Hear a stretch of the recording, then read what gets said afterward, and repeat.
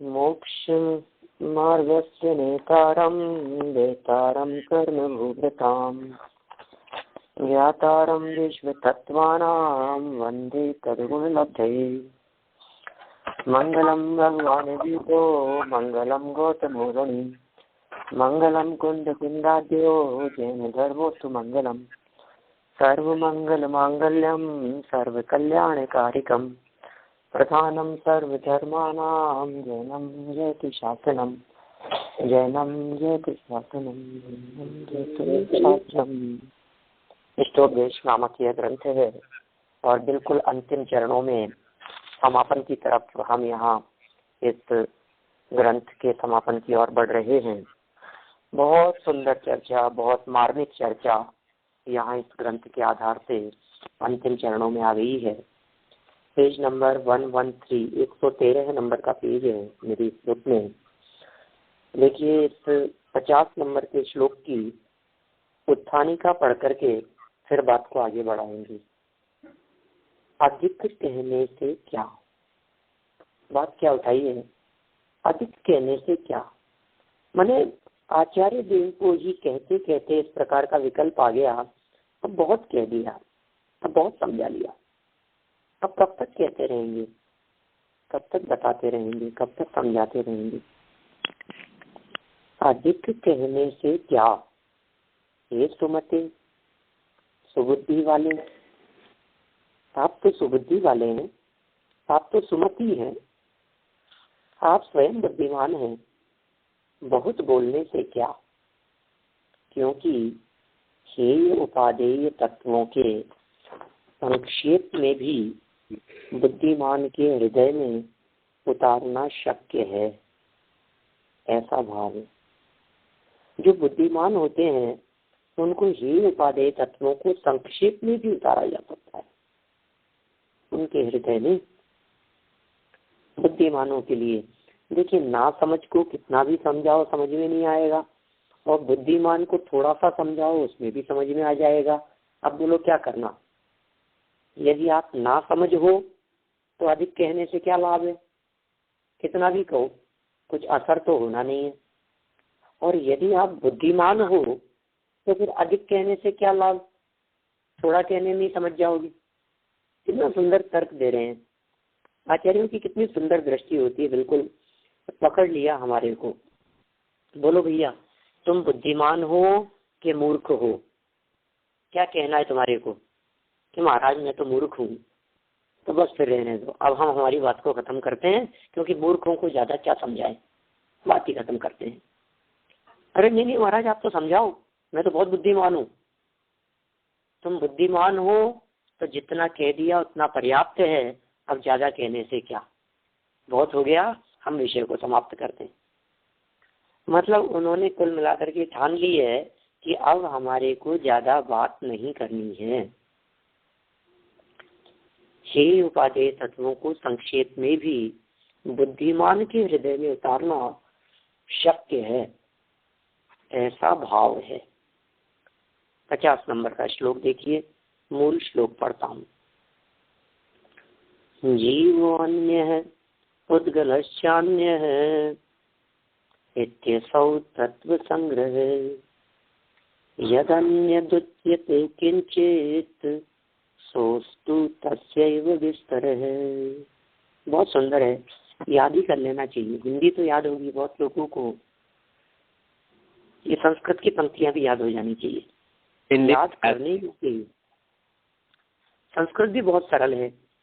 जीवो अन्य है, जीव अन्य है, पुद्गलश्चान्य है, पुद्गलश्चान्य है, पुद्गलाश्च अन्य, जीवो अन्य है पुद्गलाश्चान्य है इत्यसौ तत्व संग्रह यदन्य रुच्यते किंचित सोस्तु तस्यैव विस्तरः। जीव अन्य है, संस्कृत देखिए, सिर्फ संस्कृत श्लोक देखिए। जीव अन्य है, पुद्गलश्च, और पुद्गल भी अन्य अन्य है। जीवो अन्य है, जीव अन्य है, जीव जुदा है, जीव दूसरा है, और पुद्गलश्च अन्य है, पुद्गल कोई और वस्तु है। इति असौ, इतना मात्र तत्व संग्रह, इतना सा ही समस्त तत्व का संग्रह है। संग्रह माने सार, ये सार है बस। इति असौ, इतना सा ही, इतना मात्र ही तत्व संग्रह, तत्व का संग्रह है। इतना मात्र ही तत्व संग्रह है। कितना मात्र कि बस ये जीव जुदा है और पुद्गल जुदा है, इतना मात्र तत्व का संग्रह समझ लेना चाहिए। इससे अधिक है ही नहीं, इससे ज्यादा तत्व के संग्रह की क्या बात करें। यत अन्यत, और जितना भी उच्यते कहा गया है, यत अन्यत, देखो दे है ना, संधि विच्छेद होती है, ये द ता में बदल जाएगा। त यत, फिर अ निकलेगा यहां से, माने तो और अ, ये तो अ मिलकर द हो जाता है। यत अन्यत उच्यते, बाकी जो कुछ भी कहा गया है, किंचित सो अस्तु तस्य एव, इसका ही विस्तार है, विस्तार है। आचार्य देव कहना चाह रहे हैं, या ऐसा समझ लीजिए, शिष्य की यदि ऐसी दरकार है कि महाराज हमारे पास तो टाइम नहीं है, दुनिया ऐसी है ना, मानो पूज्यपाद आचार्य देव ने 1500-1600 वर्ष बाद में होने वाले हम जैसे लोगों को लक्ष्य में रखकर इस युग की पहले से ही आभास करके ये युग कैसा आने वाला है, भविष्य काल कैसा होगा, उन्होंने ये सोचकर, मानो ऐसा विकल्प सामने आया हो कि लोगों के पास में टाइम नहीं है, मानो कोई ऐसा व्यक्ति उनको मिल गया हो जो कहता महाराज टाइम नहीं है, फुर्सत नहीं है, आप तो जो बतलाना हो आप तो शॉर्ट में बतलाओ, इतने शास्त्र हैं, इतने ग्रंथ हैं, इतने आगे में कौन पढ़ेगा, किसके पास में फुर्सत है और किसने क्या लिखा है और किसने क्या लिखा है, सब अच्छे हैं, सब भला है, सब ठीक है, सब जो है तो बढ़िया है। सब कोई सारभूत बात बतलाना हो तो आप बतला दो, है क्या कोई सारभूत बात आपकी। देखो ऐसी चर्चा व्यास जी से पूछी कि व्यास जी अपने यहाँ हिंदू दर्शन में, हिंदू संप्रदाय में 18 पुराण बहुत महत्वपूर्ण कहे हैं, कोई पुराणों का सार बता दो, कोई कौन पढ़ेगा इन पुराणों को। तो व्यास जी ने 2 लाइनों में सार बता दिया,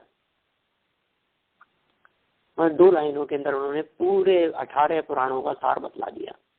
उनकी पंक्तियां तो ऐसी है, 18 पुराणेषु व्यासस्य वचनद्वयम् परोपकार पुण्याय पापाय परपीडनम्। परोपकार करना पुण्य है और पर को पीड़ित करना ये पाप है, यही 18 पुराणों का सार है। समस्त पुराणों का यही सार है, इससे ज्यादा और क्या बात कही जाए आपको, इससे ज्यादा और कुछ है ही नहीं, समस्त पुराणों का सार मात्र यही। 18 पुराणेषु व्यासस्य वचनद्वयम् परोपकार पुण्याय पापाय परपीडनम्। दूसरे को पीड़ा देना सो पाप है और पर का उपकार करना सो पुण्य है। हो गया, ये सब पुराणों का, शास्त्रों का सार है। हमारे यहाँ बात कुछ और है।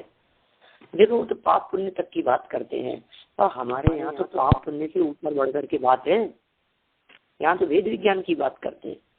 ये पूछा, आप बताओ साहब, हमारा भी शिष्य चला गया पूज्यपाद स्वामी के चरणों की शरण में, साहब व्यास जी ने तो ऐसा कर दिया साहब, गजब कर दिया साहब, क्या सार निकाल करके श्लोक बनाया है, और बिल्कुल सारभूत गर्भित बात सामने आ गई है। आप भी कर सकते हो क्या ऐसा? क्यों नहीं, 2 लाइन का सार है। सारभूत चीज ही ग्रहण करने योग्य है। सार मतलब मूल तत्व, सार मतलब बिल्कुल निष्कर्ष स्वरूप बात, उसे कहते हैं सार। सार क्या कहलाता है? मक्खन, दूध दही में से बिल्कुल मक्खन निकाल लिया, बिल्कुल उसका मूल तत्व, वो सार कहलाता है। वही प्रयोजन भूत है। और सच बात भी है, कहाँ तक पढ़ोगे आप? बहुत पढ़ लिया है, पढ़ने में कोई कमी नहीं रही। सब अंग पढ़े 9 पूर्व रटे, पर उसका स्वाद नहीं आए। किया है ना, क्या क्या नहीं पढ़ा हमने, क्योंकि पहली बार जन्म लिया है क्या? अनंत काल हो गया जन्म मरण करते हुए, अनंत बार जनवाणी जनाकम का समागम भी मिला है। सब अंग पढ़े 9 पूर्व रटे, पर उसका स्वाद नहीं आए। लो, सारे अंग पढ़ लिए, सब शास्त्र पढ़ लिए, सब कुछ कर लिया, लेकिन फिर भी स्वाद नहीं आया उसका। ध्यायक तो आनंद खाने सहज, जानन में निज दर्शन हुआ। अनुभव की बात है भाई, पढ़ने पढ़ाने से कुछ नहीं होगा। आपको कितने ग्रंथ याद हैं? ये होंगे 5-7 ग्रंथ तो याद है हमारे को, कंठस्थ है बिल्कुल 5-7 ग्रंथ। तो एक छैड़ाला पूरा कंठस्थ है, एक भक्तामर पूरा कंठस्थ है, एक हमारे को तत्वार्थ सूत्र पूरा ग्रंथ कंठस्थ है, एक द्रव्य संग्रह हमारे को पूरा याद है, हमने समय सार भी पूरा का पूरा याद किया था, एक योग सार ग्रंथ पूरा याद है हमारे को, है 5-7 ग्रंथ याद है। अरे साहब बहुत अच्छा है साहब, आपने बहुत गजब कर दिया था, तब तो आत्म कल्याण हो जाएगा ना। अरे भाषा वर्णना का काम है, पुद्गल का काम है। ये सुनो तो सही क्या कह रहे हैं आप, आंखें खुली की खुली रह जाए ऐसी बात कह रहे हैं। आपने जितना पढ़ा है सो सब पौद्गलिक ज्ञान, शास्त्र ज्ञान नहीं है, वो सब शब्द ज्ञान है। शास्त्र ज्ञान तो भाषात्मक ज्ञान है ना, शब्दात्मक ज्ञान है ना। वो भाषात्मक ज्ञान आपका क्या करेगा, उससे आपका क्या भला होगा? ऐसा लिखा है नीतिकारों ने, अनंत शास्त्रम बहुलश्च विद्या, अल्पश्च कालो बहुवेदनता च, यत्सारभूत तदुपासनीयम्, हंसो यथा क्षीरमिवं दधात्। सुना कभी आपने? नीतिकारों का श्लोक है, बहुत मार्मिक अर्थ है इसका। अनंत शास्त्रम, अनंत है शास्त्र। अच्छा बतलाओ शास्त्र कितने हैं? बोलो, आप गिन सकते हो? शास्त्रों की गिनती है, शास्त्रों का कि नहीं साहब शास्त्र तो इतने ही है, बाकी तो फिर अनगिनत हैं, अनंत हैं। और विद्या, कलाएं कितनी हैं, विद्याएं कितनी हैं? बहु। कितनी चीजें प्राप्त करें, कितनी विद्याएं प्राप्त करें? बोलो। कह रहे विद्या भी बहुत है, बहुलश्च विद्या, 2 शब्द हो गए। अनंत शास्त्रम बहुलश्च विद्या, शास्त्र अनंत, विद्या बहुत, और अल्पश्च कालो, और काल बहुत सीमित है। शास्त्र अनंत है, विद्या का कोई पार नहीं है, और तुम्हारे पास में टाइम कितना है? बोलो कितना टाइम है? लिमिटेड टाइम है हमारे पास में। और मैं यदि उस कम को आपको बतलाऊं तो आपके पास में 2 दिन से ज्यादा का टाइम नहीं। क्या 2-5 दिन की जिंदगी है, और कितनी है बतलाओ मेरे को। वैसे तो भरोसा पल भर का नहीं है, लेकिन बची हुई जिंदगी में भी यदि आप खाना पीना, नहाना धोना, घूमना फिरना, टीवी, न्यूज़पेपर, आराम करना, विश्राम करना, मॉर्निंग वॉक, आपसी चर्चाएं, राग द्वेष, कलह, विवाद, इन सब को माइनस कर दो तो आपको अपने आप के लिए विचार करने के लिए समय कितना मिलेगा, अपनी लाइफ में कितने घंटे मिलेंगे? बोलो, उंगलियों पर गिनने जितने नहीं होंगे। और फिर ऐसा टाइम निकालकर जो आत्म कल्याण में बीता हो, उस टाइम को निकालकर उसके घंटे बनाओ और 24 घंटे हो तो कहो कि एक दिन का टाइम बचा है। अब वो एक दिन का टाइम आपको 1 महीने में मिले चाहे 6 महीने में मिले, बोलो, रोजाना थोड़ा थोड़ा सा टाइम अपन ने आत्म कल्याण, आत्मचिंतन की बात चल रही है यहाँ, कितना समय निकलेगा? समय बहुत सीमित है, कहाँ समय है हमारे पास में, कितना पढ़ पाएंगे? चलो मैं आपसे कहता हूँ, आप पूरी जिंदगी यदि शास्त्र पढ़ो तो कितने शास्त्र पढ़ लोगे? 5, 10, 15, 40, 50, 60, 70, कितने शास्त्र पढ़ लोगे? बोलो। तो कह रहे हैं अनंत शास्त्रम, विद्या का कोई अंत नहीं। अल्पश्च कालो, काल बहुत सीमित है। और एक और बहुत गजब की बात कह दी वहां, शायद भर्तरी का श्लोक है, क्या कह दिया? बहु विघ्न ताच्य, पहले ही समय कम है और जो कम समय है उसमें भी विघ्न बाधाएं बहुत है। कैसी विघ्न बाधाएं हैं? आज यहाँ चले गए, आज वहां चले गए, आज तो अटेंड ही नहीं कर पाए, आज तो हमारे घर में मेहमान आ गए थे, आज तो ये हो गया था, आज तो तबीयत खराब हो गई थी। ये बहु विघ्न ताच्य, विघ्न बाधाएं बहुत है। निरावाद रूप से आपका आत्म कल्याण चिंतन मनन होता रहे, इतना समय है कहाँ अपने पास में? कितने महत्वपूर्ण शब्द दे दिए, 4 शब्द, अनंत शास्त्रम बहुलश्च विद्या अल्पश्च कालो बहुविघ्न ताच्य। तो फिर क्या करें? आप ही बता दो महाराज, अब क्या करें? यत् सारभूत, यत् मतलब जो सारभूत है, यत् सारभूत तत् उपासनीयम, उसी की उपासना जो सारभूत है ना, उसमें से भाई साहब छोड़ो शास्त्रों को, छोड़ो विद्याओं को, आपके लिए जो प्रयोजनभूत है, आपके लिए जो सारभूत है, तत् उपासनीयम, यत् सारभूत तदुपासनीयम।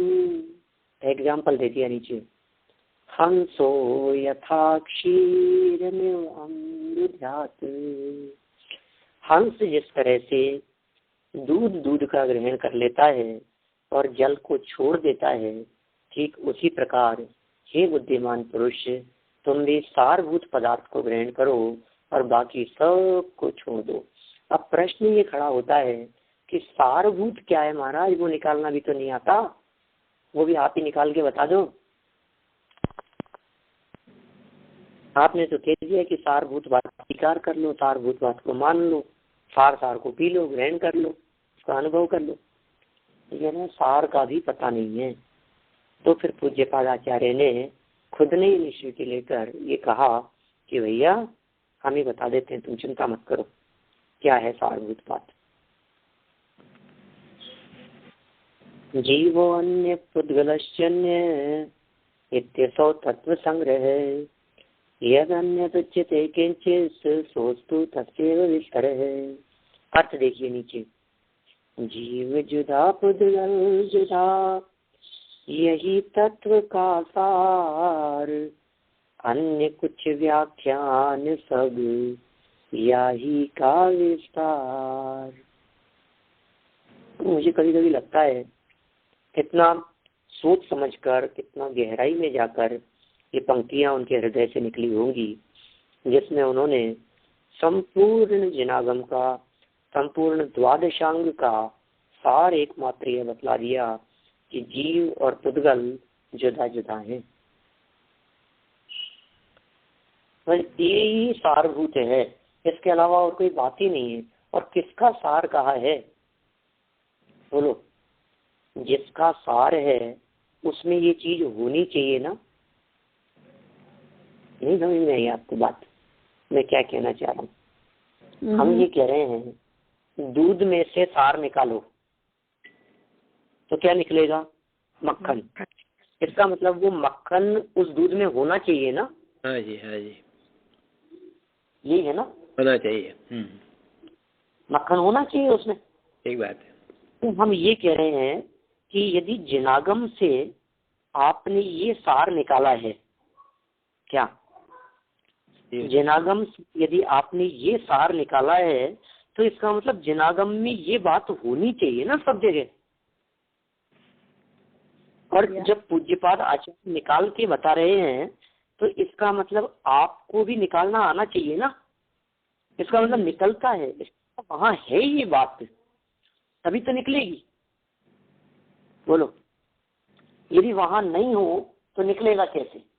हाँ जी, ठीक बात। बोलो, इसका मतलब है, किसमें से निकालना है? समस्त तत्व का सार, समस्त जिनवाणी का सार। इसका मतलब मुझे ऐसा लगता है, ये सार जब उन्होंने समस्त जिनवाणी का सार कहा है, इसका सीधा सीधा सा अर्थ ये हुआ कि ये मात्र द्रव्यानुयुग का सार नहीं, चरणानुयुग का भी सार यही है, जीव जुदा पुद्गल जुदा। कर्णानुयुग का भी सार यही है, जीव जुदा पुद्गल जुदा। प्रथमानुयुग का भी सार यही है, जीव जुदा पुद्गल जुदा। बोलो, तो इसके अलावा हो नहीं सकता है, और कोई सार नहीं है, सारी बातें। अच्छा, समय सार पढ़ करके क्या निकलना चाहिए? सार निकलना चाहिए ना। चलो, अब हमने 415 गाथाएं पढ़ ली समय सार की, अब इसमें से क्या सार निकला? सार क्या निकला था, आप ही बता दो। बता सकते हैं आप सार क्या निकला? चेतन भिन्न और पुद्गल भिन्न। मैं जीव में पुद्गल नहीं। मैं जीव तत्व हूँ, पुद्गल नहीं हूँ। मैं पुद्गल से भिन्न ज्ञायक तत्व हूँ, ये सार निकलना चाहिए। हमने राजवार्तिक पढ़ा पूरा, अब उस राजवार्तिक का सार क्या निकलना चाहिए? हमने इसके पहले राजवार्तिक और उसके पहले गुणस्थान विवेचन पढ़ा पूरा, क्या सार निकाला? मैं जीव हमने पूरा इष्टोपदेश पढ़ लिया, समापन है, बिल्कुल अंतिम चरणों में है। सार क्या निकलना चाहिए? जीव जुदा पुद्गल जुदा। ये इन्होंने एक्चुअल में क्या किया है, यहाँ इन्होंने सार निकाल करके बतला दिया और फिर कहा कि अब पढ़ो। अब क्या पढ़े? पढ़ो, कुछ भी गोमट सार पढ़ो, लेकिन क्या निकलना चाहिए? जीव जुदा पुद्गल जुदा, ये निकलना चाहिए। ये तो जैसे आंसर शीट होती है ना पीछे, बस उस तरह की शीट निकाल करके दी थी इन्होंने। निष्कर्ष ये निकलेगा, जवाब ये आना चाहिए, ये निकला तो तुमने सही सही पढ़ा है, और ये नहीं निकला तो तुमने उसको बराबर नहीं पढ़ा, फिर तुम्हें गोमट सार पढ़ना नहीं आया।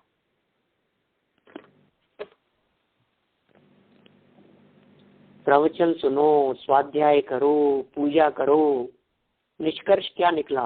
पूजा करके आए साहब, विधान किया, बहुत मजा आ गया साहब, बहुत मजा आया। अभी 10 लक्षण में न्यू जर्सी था ना मैं, वहां हमने विधान किया एक दिन संडे को, शांति विधान। कोई 350-400 लोग थे, 3-3.5 घंटा 4 घंटा विधान चला, बहुत मजा आया, बहुत धूमधाम से। सार क्या निकला? आज के आनंद की जय। कौन सा आनंद? ये सार निकला क्या? बताओ। विधान करके सार निकलना चाहिए ना, कि जीव और पुद्गल जुदा जुदा है। अभी मैं एक तरफा ले रहा हूँ, अभी रिवर्स चलूंगा, फिर मैं स्टेप बाय स्टेप चल रहे हैं अभी अपन।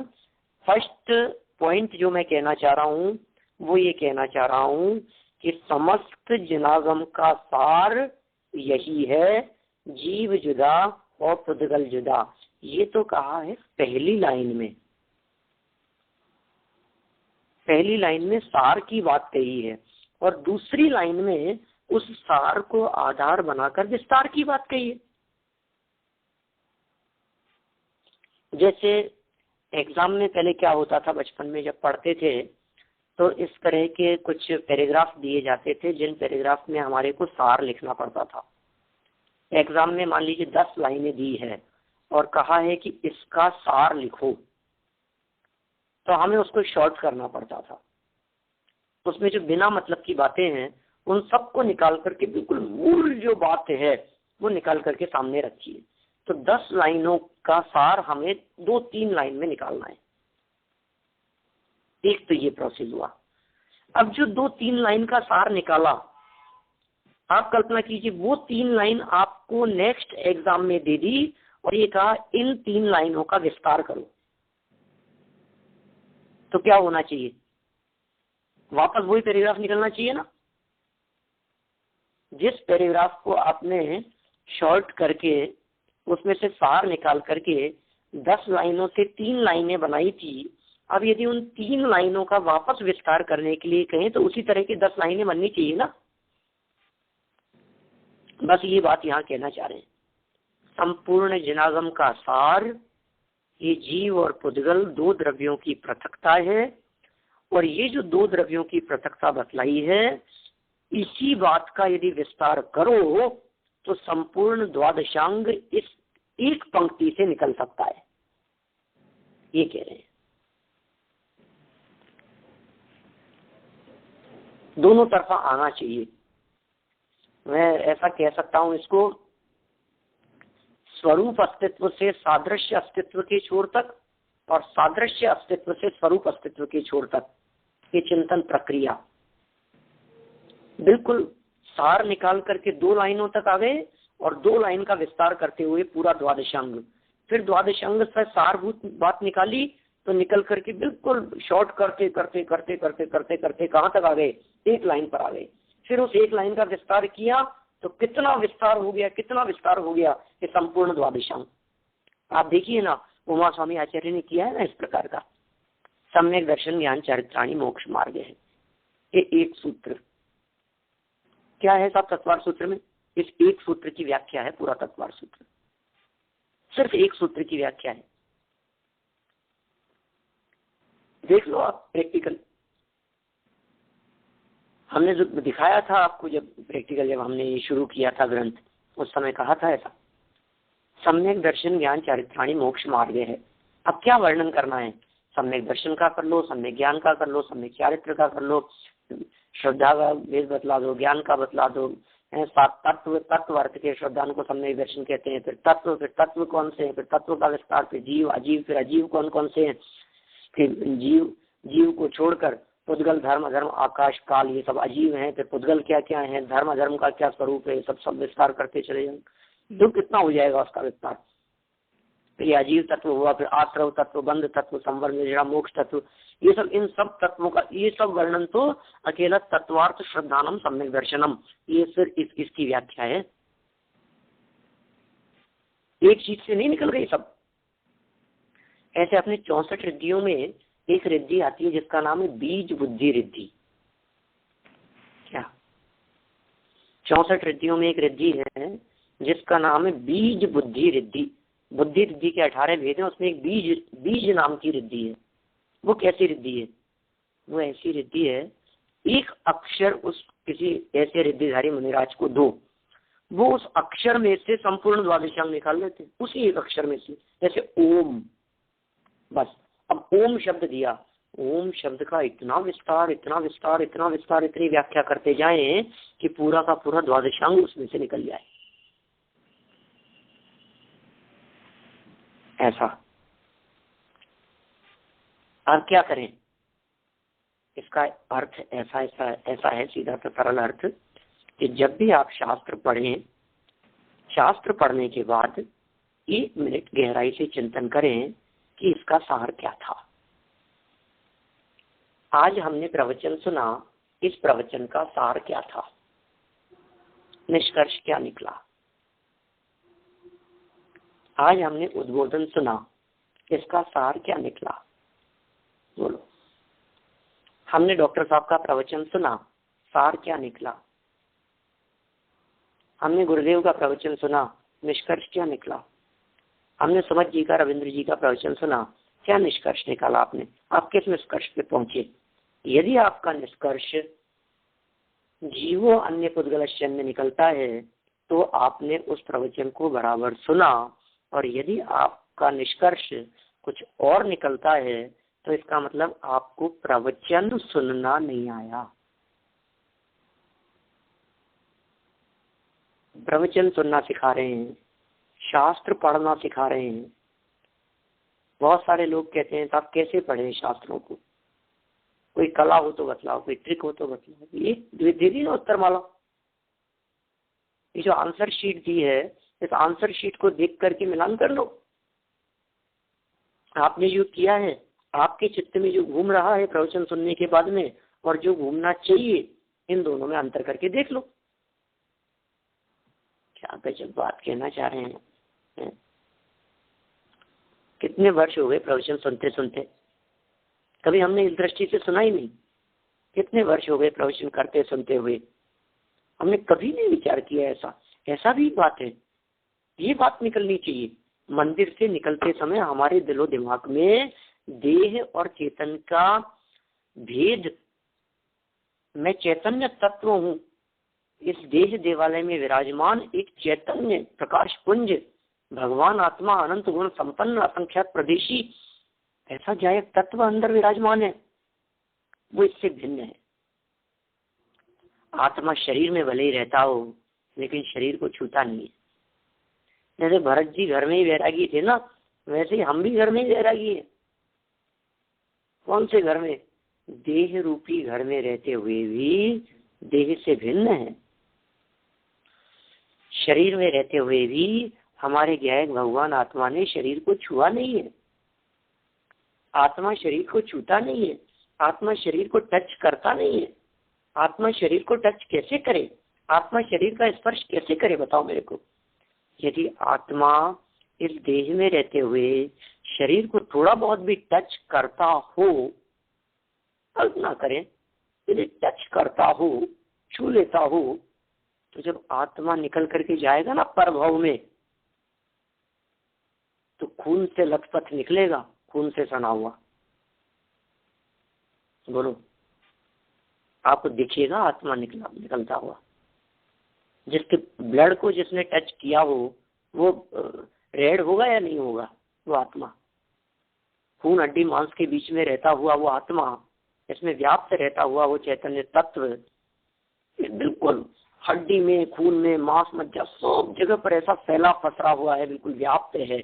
लेकिन फिर भी न खून को छूता है न हड्डी को छूता है, स्पर्श मात्र भी नहीं करता। उसका कारण ये है कि आत्मा अर्थात मैं अस्पर्श स्वभावी हूँ और पुद्गल स्पर्श स्वभावी है। ये अंतर है दोनों में।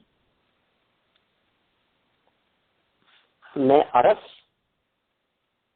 मैं अरूपी, मैं अस्पर्शी, और पुद्गल सरस, स्वरूपी, सस्पर्शी, स्पर्श सहित है।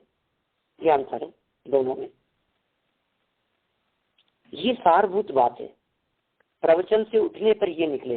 अब किसका प्रवचन सुने ये इम्पोर्टेंट नहीं है, सार क्या निकाला आपने वो इम्पोर्टेंट है, और सार सबका यही है। अब हम कहें इनका प्रवचन तो बहुत अच्छा था, इनका प्रवचन तो बिल्कुल अच्छा नहीं था, इनके प्रवचन में तो पता नहीं क्या मेरे को मजा ही नहीं आता। अरे मजा तब आएगा जब ये निष्कर्ष निकलेगा। और आप क्या प्रवचन करते हैं, क्या प्रवचन करते हैं, सार तो यही है। शैली कैसी भी हो, भाषा कैसी भी हो, प्रतिपादन कैसा भी करते हो, निष्कर्ष क्या निकलता है ये बताओ। सारभूत बात ये है, जीव जुदा पुद्गल जुदा, यही तत्व का सार, तत्वों का सार यही है, जिनागम का सार यही है, आगम का सार यही है। देखो आगम का सार निकाला तो निकला अध्यात्म। हम कहते हैं ना आगम में से ही अध्यात्म निकला है। आगम माने 6 द्रव्यों की चर्चा, आगम माने सबकी चर्चा, और अध्यात्म माने आत्मा की चर्चा। आगम और अध्यात्म में क्या फर्क है? जो अध्यात्म है, जो अध्यात्म शास्त्र हैं, वे आगम है या नहीं है? बोलो, अध्यात्म शास्त्रों को आप आगम कहोगे कि नहीं? कोई बात समय काल में कही है तो आप ये कहोगे कि नहीं नहीं तो अध्यात्म शास्त्र में कही, आगम में नहीं कही, वो भी आगम है। समय सार में कही है वो भी आगम है, नियम सार में कही है वो भी आगम है। पंच परम आगम, भले ही परमागम हो, लेकिन आगम तो है, अध्यात्म शास्त्र है ना। इसलिए ये तो बिल्कुल निश्चित मान करके चलिए कि आगम में से ही अध्यात्म निकला है। आगम क्या चीज है? आगम है छह द्रव्यों की चर्चा, जीव उद्गल धर्म धर्म आकाश काल सबकी चर्चा, वो आगम है। अब उसमें से निकालो प्रयोजनभूत बात, निष्कर्ष निकाला हमने। तो शुद्ध जीव की चर्चा की, परमात्मा की चर्चा की, कारण परमात्मा की चर्चा की, ध्रुव चैतन्य पर दृष्टि देने के लिए गए भगवान आत्मा का स्वरूप बतलाया। तो जैसे ही उस स्वरूप को निकाला हमने, ऐसी सारभूत प्रयोजनभूत बातें निकाली, हमने कहा ये अध्यात्म। ठीक है। अब अध्यात्म आत्मा की बातें बहुत सारी है, अब निकालो इसमें से भी सार और कंप्रेस करो इसको थोड़ा सा और निकालो और निकलने दो इसमें से कुछ और माल, और गहराई में निचोड़ करके बिल्कुल सार निकालो इसमें से भी। और तो क्या निकलेगा? किस जगह तक पहुंचोगे बोलो? बिल्कुल प्रयोजनभूत बात जिसमें सारी बातें गर्भित हो जाए, वो बात आनी चाहिए। आप कहोगे साहब मैं गायक हूँ, अब मैं गायक हूँ से काम नहीं चलेगा। मैं गायक हूँ और मैं कौन नहीं हूँ, ये दोनों बातें आनी चाहिए। तो जीव जुदा और पुद्गल जुदा। तो मैं जीव द्रव्य और मैं पुद्गल नहीं हूँ, तो पुद्गल में जीवत्व पना नहीं है। ये बात जब तक नहीं आएगी तब तक प्रयोजन की सिद्धि होने वाली नहीं है।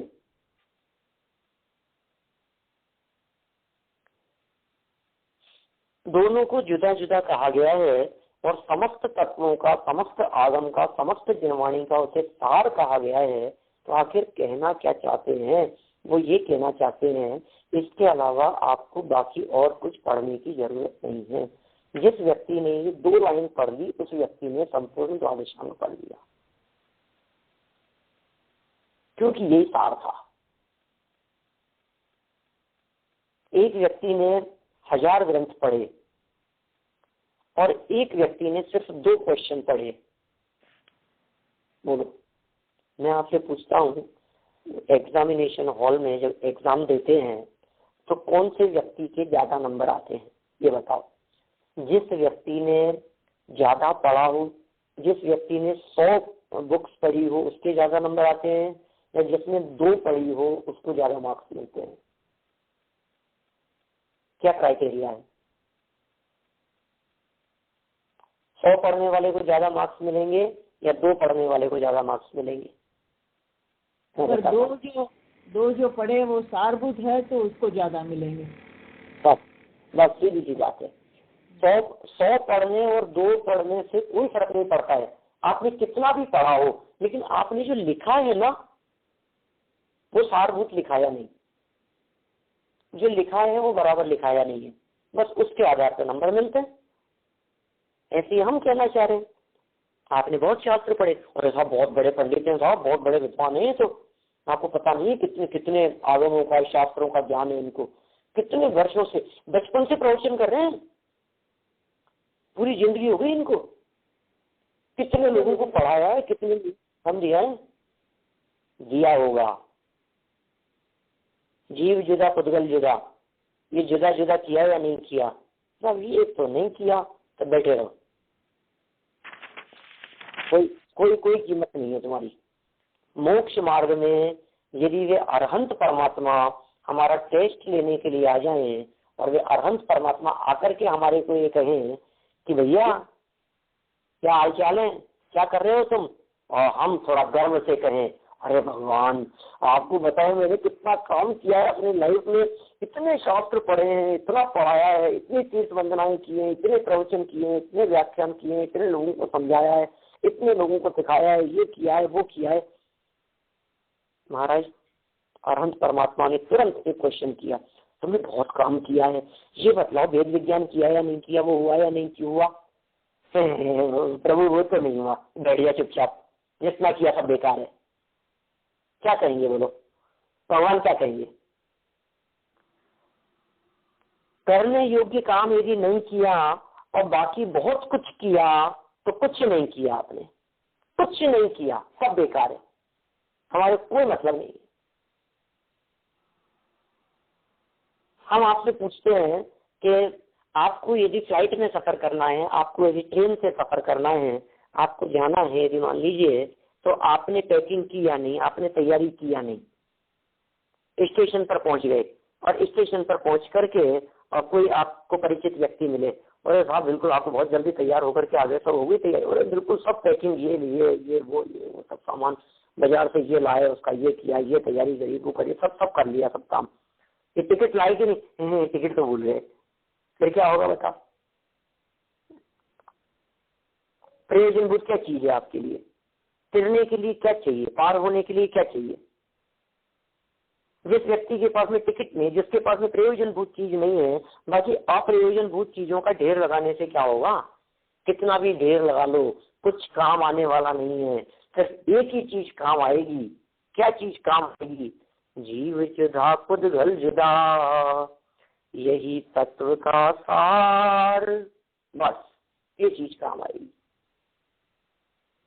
बहुत से लोग कहते हैं, अरे पंडित जी अब क्या करें, आंखें काम नहीं करती। जिस समय थोड़ी शारीरिक शक्ति थी तब तो बहुत पढ़ते थे, अब तो कान भी काम नहीं करते, अब तो सुना भी नहीं जाता पंडित जी, अब तो क्या करें, हमारी तो जीवन ही खराब हो गया। हम कहते खराब हो गया क्या अच्छा हो गया?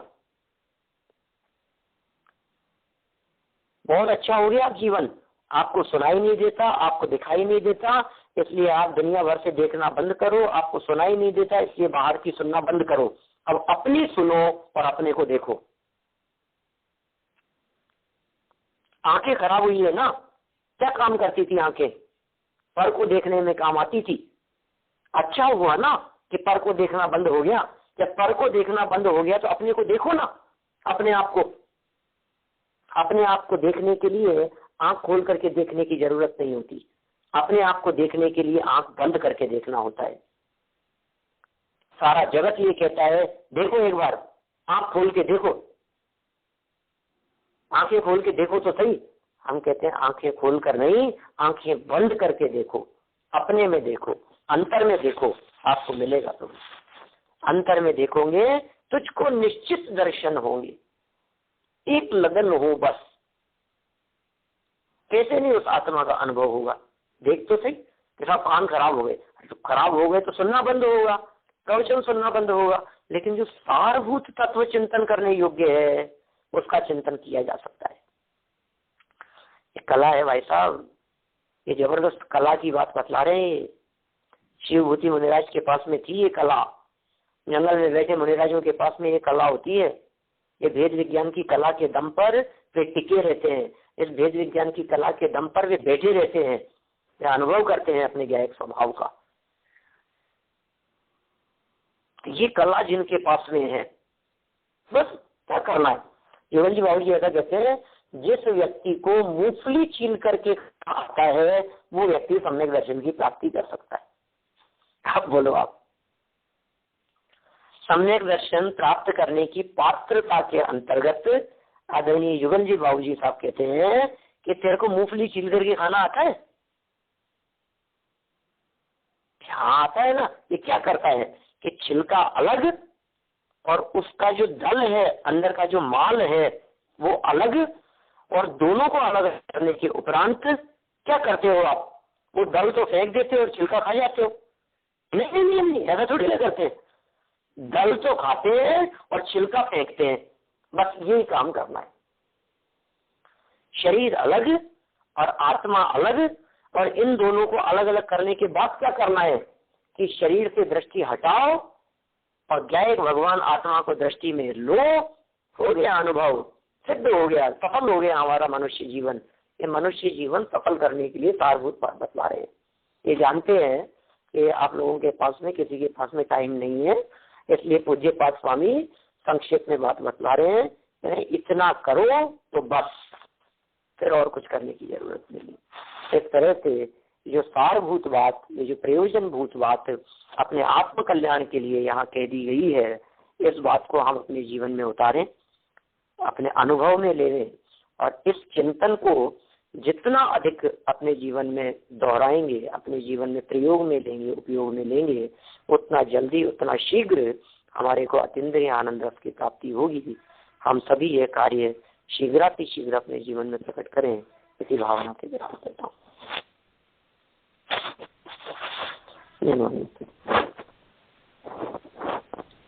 या वाणी के ज्ञान ते तुझे लोकालोक, ओ वाणी मस्तक नमो सदा देत हूँ धूक, सदा देत हूँ धूक।